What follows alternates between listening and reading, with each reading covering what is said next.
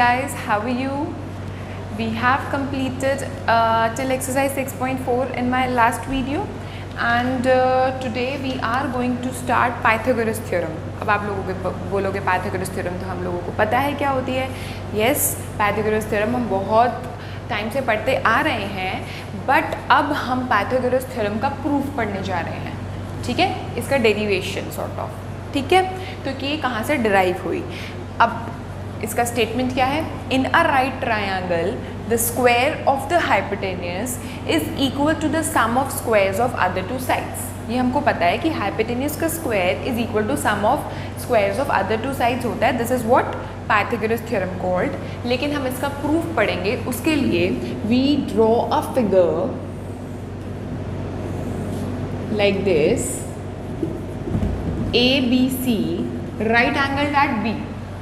ठीक है, हमने क्या करा कि ये गिवन में हो गया हमारा. गिवन में क्यों हो गया? क्योंकि in a right triangle, that means कि हमें एक राइट ट्रायंगल गिवन है. ठीक है, तो गिवन में ये है कि a right triangle A B C with right angle at B. Right angle किस पर है हमारा? बी पर है. ठीक है, अच्छा, कंस्ट्रक्शन में हम लिखेंगे we draw B D perpendicular to A C. ये हमने एक परपेंडिकुलर ड्रॉ कर दिया. और टू प्रूव, अब मुझे ये बताइए कि जो राइट एंगल होता है उसके ऑपोजिट साइड जो होती है वो हाइपोटेन्यूस होती है. तो हमारा राइट एंगल बी है. फॉर एग्जांपल अगर हम ऐसा राइट एंगल बनाते हैं, ये हमारा राइट एंगल होता है, इसके ऑपोजिट वाली साइड क्या होती है? हाइपोटेन्यूस होती है. ठीक है, तो यहाँ पर हमारा ये राइट एंगल है, तो इसके ऑपोजिट वाली side which is A C, that will be our hypotenuse. तो टू प्रूव ए सी का square is equal to A B का स्क्वायर प्लस बी सी का स्क्वायर, ये मेरे को प्रूव करना है. ठीक है, अब हम क्या करेंगे, इसको सिमिलैरिटी से प्रूव कर लेंगे. अभी तक हम सिमिलैरिटी का कंसेप्ट पढ़ते आ रहे हैं ना इस चैप्टर में. हम उसका कंसेप्ट यूज़ करेंगे. कैसे? ये देखो, सबसे पहले हम ट्रायंगल लेंगे ये छोटे वाला, यानी A B D.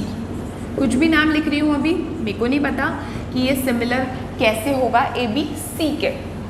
A B सी, छोटे वाला ये वाला triangle and A B C. अब अगर मैं इन दोनों को लेती हूँ तो मेरा जो एंगल ए है वो दोनों में लाई करता है. Angle A is equal to angle A common. क्यों? क्योंकि छोटे वाले ट्रायंगल में यानी ए बी डी में एंगल ए है एंड ए बी सी में भी एंगल ए है. तो angle A is equal to angle A will be common. Now the second reason will be, जो ए बी डी में ये वाला एंगल है यानी angle A D B will be equal to बड़े वाले के कौन से angle? Angle A B C. Why? Because angle A D B भी 90 का था. ए डी बी कौन सा है? ये वाला, ये 90 का था. किस वाले ट्रायंगल में? छोटे वाले ट्रायंगल में. और 90 डिग्री का बड़े वाले ट्रायंगल में कौन सा है? Angle A B C. Right, तो angle A D B will be equal to angle A B C 90 degree each. Right, तो देयरफॉर बाय ए सिमिलैरिटी हमारे दोनों ट्रायंगल सिमिलर तो हो गए, बट हम नेमिंग बहुत ध्यान से करेंगे. ए बी डी को मैं ऐसे ही लिख रही हूँ, इज सिमिलर टू ट्रायंगल. अब ए तो ए के इक्वल था, दोनों का ए कॉमन था. जो छोटे वाले का डी है, ये वाला छोटे वाले का जो डी था वो बड़े वाले के बी के इक्वल है. तो जहाँ पर छोटे वाले का डी है यानी थर्ड पोजिशन पर, वहाँ पर मैं बड़े वाले का बी लिख दूँगी. और बड़े वाले का क्या बचा? अब सी बचा, तो वो यहाँ पर मैंने लिख दिया. राइट, अब इसी तरह से in the same way I will prove triangle ये वाला यानी B D C and triangle A B C to be similar. कैसे? Now angle C will be equal to angle C common and इस छोटे वाले ट्रायंगल का B D C is 90 degree and बड़े वाले ट्रायंगल का angle A B C is 90 degree. ठीक है, तो देयरफॉर बाय ए सिमिलैरिटी मेरे ट्रायंगल सिमिलर हो गए. And again I will do the naming of triangles very carefully. ठीक है, बी डी सी BDC में जो C एंगल है दोनों में कॉमन है, तो जहाँ पर C है वहाँ पर तो मैंने C लिख दिया। छोटे वाले का जो D है वो बड़े वाले के B के इक्वल है, तो जहाँ पर D है वहाँ पर मैंने B लिख दिया। अब बड़े वाले ट्रायंगल का कौन सा लेटर बचा? A बचा, तो वो मैं एज इट इज लिख दूँगी। यहाँ तक समझ आ गई सबको? ठीक है, वेरी सिंपल इट वाज। तो मैंने 2 सिमिलैरिटीज़ प्रूव करी अभी तक। इस छोटे वाले को बड़े वाले के सिमिलर प्रूव किया एंड इस वाले छोटे वाले को भी मैंने बड़े वाले के सिमिलर प्रूव किया, राइट। अभी मैं यहाँ से इरेज करती हूँ इधर से, और जो मैंने 2 ट्रायंगल्स सिमिलर प्रूव किए हैं अब मैं उनको ऊपर लिख रही हूँ। क्या क्या प्रूव किया मैंने? एक तो ये, यानी triangle ABD is similar to triangle ACB। एक तो मैंने ये प्रूव कर दिया, ठीक है। एक मैंने ये प्रूव कर दिया। क्या प्रूव किया? BDC जो है मेरा वो मेरा ट्रायंगल ABC के सिमिलर है। So we have proved till now these 2 similarities. Now अगर मैं यहाँ से प्रोपोर्शनल वाली चीज़ लिखूँ, AB फर्स्ट टू AB, यहाँ से first to AC is equal to second वाली टू BD, यहाँ पर सेकेंड वाली to BC। Now first and third यानी AD अपॉन AB, ये लिख दी। अब इधर आ जाते हैं, first to BD, first to AB, last वाली टू DC BC, ठीक है। अब फर्स्ट एंड थर्ड, ये सब मैंने जब स्टार्ट किया है सिमिलर, जिन्होंने मेरी लास्ट वीडियोस नहीं देखी प्लीज़ आप देखिएगा, मैंने ये नेमिंग बहुत अच्छे से समझाई है। मैंने जब ये ट्रायंगल्स चैप्टर स्टार्ट किया है, अभी आते आते यहाँ तक आते आते जो मेरा रेगुलर ये वीडियोस देख रहे हैं वो तो परफेक्ट हो गए होंगे ये नेमिंग के प्रोसेस में, राइट। जो मेरा ये वाला वीडियो फर्स्ट टाइम देख रहे हैं उनको थोड़ी सी प्रॉब्लम आ रही होगी। सो आई विल सजेस्ट यू कि मेरी पिछली वीडियोज़ देखें ताकि आपको ये नेमिंग अच्छे से समझ आ जाए, ठीक है। तो now first and third BC and first and third AC। मुझे लाना क्या है बेसिकली? यहाँ पर मेरे को ये लाना है कि AC का square is equal to AB का स्क्वायर प्लस BC का स्क्वायर, राइट। अब हमें ये देखना है कि ये स्क्वायर्स कैसे आने वाले हैं हमारे। यहाँ पर अगर हम देखें और अगर हम इस वाले को हटा दें और इसको क्रॉस मल्टीप्लाई करें, इसको और इसको क्रॉस मल्टीप्लाई करें, तो मेरा एक AB स्क्वायर आता हुआ दिखाई दे रहा है मुझको। तो there is no need of this thing, बीच वाले की कोई नीड नहीं है, और मैं इन दोनों को क्रॉस मल्टीप्लाई कर रही हूँ। AB into AB is equal to AD into AC, यानी AB का square is equal to AD into AC। एक तो ये चीज़ आ गई इधर से।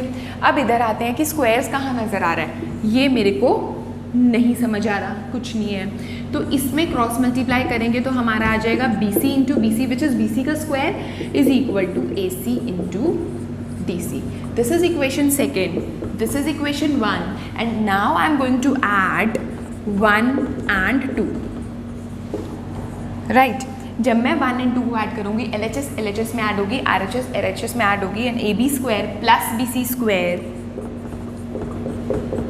Will be equal to AD into AC, ये लिख दिया, प्लस AC इंटू DC, ठीक है। अब इन दोनों में से ध्यान दीजिए, ये मेरी एक टर्म, ये मेरी दूसरी टर्म, इन दोनों टर्म्स में से मेरा AC कॉमन आ रहा है। And if I will take AC common from here, from this term, क्या बचा मेरा? AD बचा, जो कि मैंने यहाँ लिख दिया, ये प्लस एज इट इज़। इस टर्म में से मैंने AC बाहर निकाल लिया, तो बचा क्या मेरा? DC, right. Next step, AC मेरा एज इट इज़, बीच में यहाँ पर कुछ नहीं है, तो दैट मीन्स मेरा क्या है? मल्टीप्लाई का साइन।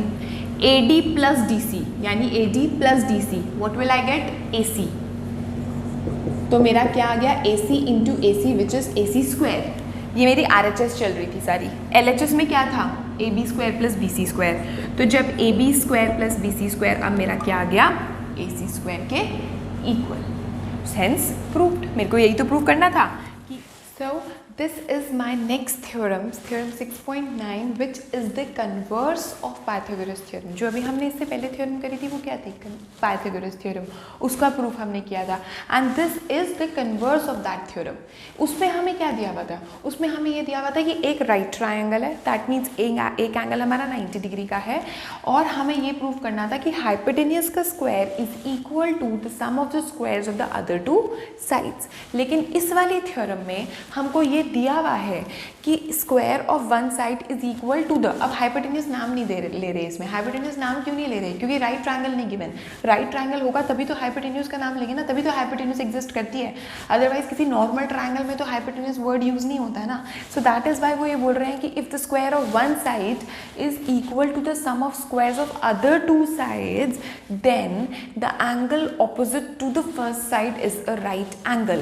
क्या मतलब है इसका, इसका मतलब ये है कि अगर मेरा ये कोई ट्रायंगल है ABC एंड इफ, यहाँ से पढ़ो, if the square of one side, यानी वन साइड मतलब वो किसकी बात कर रहे हैं, they are talking about AC, is equal to the sum of the squares of the other two sides. Other two sides मतलब ये दोनों, AB square plus BC square, यानी ये मेरा गिवन है, ठीक है। Then prove that the angle opposite to the first side कौन सी थी, AC, the angle opposite to the first side which is angle B is a right angle. That means I have to prove angle B is 90 degree. Okay, now in this question I'm going to do a construction. What is the construction over here? कि I draw a right triangle PQR. We draw a right triangle PQR where angle Q is 90 degree. Okay अच्छा, अब अगर angle Q 90 degree है और ये एक right triangle है, then according to the previous theorem which was Pythagoras theorem, उसमें हमने क्या किया था कि अगर एंगल Q 90 डिग्री है, दैट मीन्स अगर एक राइट ट्रायंगल है तो we can clearly apply Pythagoras theorem. And what is a Pythagoras theorem, कि PR का square is equal to PQ का स्क्वायर प्लस RQ का स्क्वायर। क्या, PR का square is equal to PQ का स्क्वायर प्लस QR का square, ठीक है। कंस्ट्रक्शन में यहाँ पर हाँ, we draw a right triangle PQR where angle Q is 90 degree such that, यहाँ पर हमने एक और चीज़ लिखनी है, सच दैट कि जो AB है वो PQ के इक्वल है एंड जो BC है वो RQ के इक्वल है। ये हमने कंस्ट्रक्शन में लिखना है, ठीक है। तो इस कंस्ट्रक्शन के हिसाब से अगर यहाँ पर मैं PQ की बजाय AB लिख दूँ और QR की बजाय मैं BC लिख दूँ तो ये आ जाएगा मेरा, ठीक है। लेकिन एक तो ये हम एक ये फर्स्ट इक्वेशन मान लेते हैं, ठीक है। अच्छा, हमारे पास गिवन में एक ये चीज़ भी है, क्या है ये, AC square is equal to AB square plus BC square which is my second equation. यहाँ पर भी AB square plus BC square PR square के इक्वल है, यहाँ पर AB square plus BC square AC square के इक्वल है। तो इसका मतलब फ्रॉम फर्स्ट एंड सेकेंड हमारा PR स्क्वायर AC स्क्वायर के इक्वल हो गया, एंड जब PR स्क्वायर AC स्क्वायर के इक्वल हो गया तो taking square root both the sides, या फिर स्क्वायर से स्क्वायर कट जाएगा, तो मेरा जो PR है वो AC के इक्वल आ जाएगा, ठीक है। Now in triangle ABC and triangle PQR, मैंने AB को PQ के इक्वल लेके चली थी by construction, AB is equal to PQ by construction, ठीक है। BC is equal to QR by construction. अच्छा, अभी मैंने क्या प्रूव कर दिया कि this side is equal to this side, AC is equal to PR, proved above. क्या लिखेंगे इसमें, proved above. So by SSS congruency, यहाँ पर हम क्या प्रूव कर रहे हैं, कॉन्ग्रुएंसी। बाय SSS कॉन्ग्रुएंसी मैंने क्या प्रूव कर दिया, मैंने ये प्रूव कर दिया कि दोनों के दोनों ट्रायंगल्स हमारे कॉन्ग्रुएंट है, कि triangle ABC is congruent to triangle PQR। और जब ये दोनों कॉन्ग्रुएंट हैं तो बाय CPCT से मैं क्या लिख सकती हूँ कि angle B is equal to angle Q।